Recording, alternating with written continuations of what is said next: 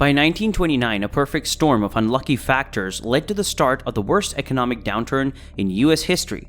The Great Depression, a worldwide economic collapse that began in 1928 and lasted roughly a decade, was a disaster that touched the lives of millions of Americans.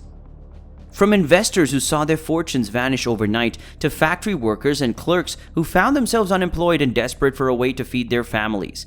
Some people were reduced to selling apples on street corners to support themselves, while others lost their homes and were forced to survive in shanty towns that became known as Hoovervilles, a bitterly derisive reference to President Herbert Hoover, who in the early 1930s often claimed that prosperity was just around the corner, even as economic trade policy mistakes and reluctance to provide government assistance to ordinary Americans worsened their predicament.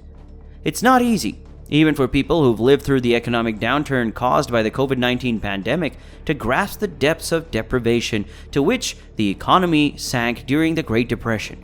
When the unemployment rate peaked in 1933, 25.6% of American workers, 1 in 4, found themselves unemployed. That's a vastly higher rate than the 14.7% unemployment in April 2020 when the coronavirus forced businesses and factories to shut down.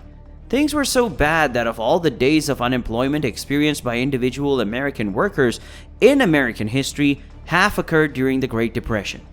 According to University of California, Irvine economics professor Gary Richardson, who has done extensive research on that period and the subject of downturns in general. There have been lots of ups and downs, but the Great Depression is really the biggest one, he explains. It's not easy to explain exactly why such hard times happen. For something to be as bad as the Great Depression, you really need multiple things going wrong. In the US and around the world, Richardson says. Here are some of the things that historians and economists often point to as factors that combine to lead to the worst economic disaster in history. Number 1. Vulnerabilities in the global economy. In the 1920s, nations bounced back from the disruption and destruction caused by World War I, with factories and farms producing again, Richardson notes. But the nature of the economy in the United States and elsewhere shifted as ordinary consumers buying durable goods such as appliances and cars, often on credit, became more and more important. While that consumption created a lot of wealth for business owners, it also made them vulnerable to sudden shifts in consumer confidence.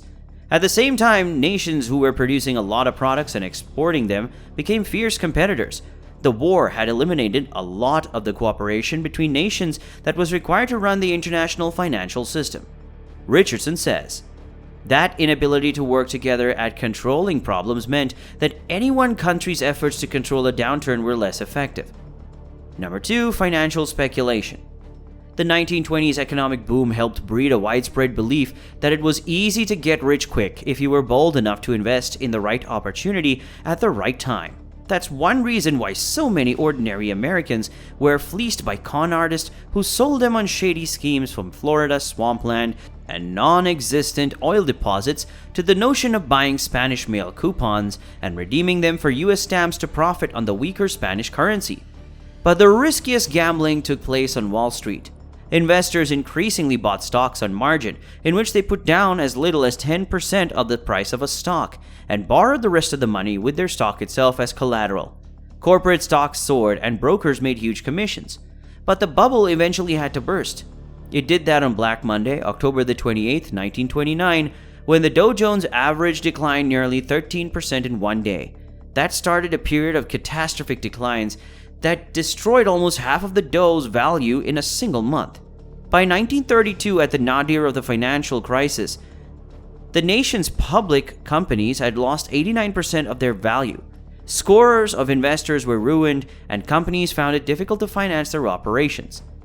The stock market crash did two things, explains Mary Eschelbach Hansen, a professor of economics at American University.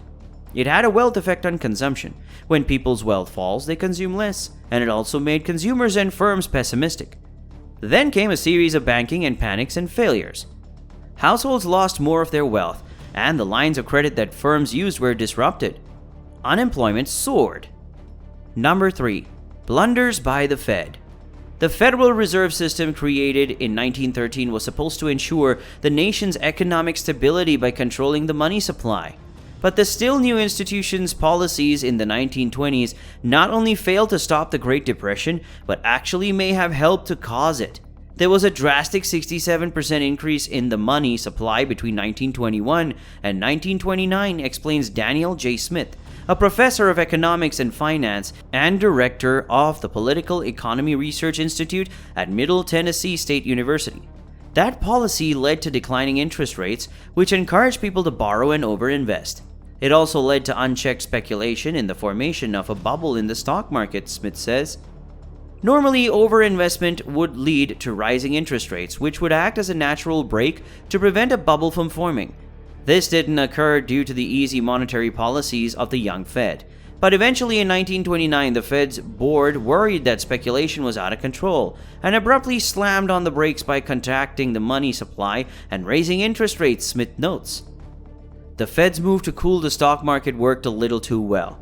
They got the stock market to come down, Richardson explains, but then it came down a lot, and it came down very quickly. Number 4. The gold standard. Back in 1929, the United States, like many other countries at the time, was on the gold standard, with the dollar redeemable in gold and pegged to its value. But after the Wall Street crash, nervous investors began to trade their dollars for gold. As former Fed Chairman Ben Bernanke noted in the 2004 lecture, the Fed then moved to jack up interest rates higher to protect the dollar's value. But those interest rates made it difficult for businesses to borrow money that they needed to survive, and many ended up closing their doors instead. Number 5. The Smoot Halley Act.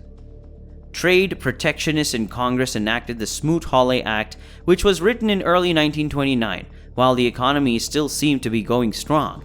But after the Wall Street crash weakened the economy, President Hoover still signed it into law in 1930. The law raised U.S. tariffs by an average of 16% in an effort to shield American factories from competition with foreign countries' lower-priced goods. But the move backfired when other countries put tariffs on U.S. exports. If you're a country and you impose tariffs that can be good for your domestic industries because your domestic energy might produce more for home consumption, Richardson says. But if other countries retaliate, then it could be bad for everyone. That was all for today. If you liked the video, make sure to subscribe to the channel. See you next time.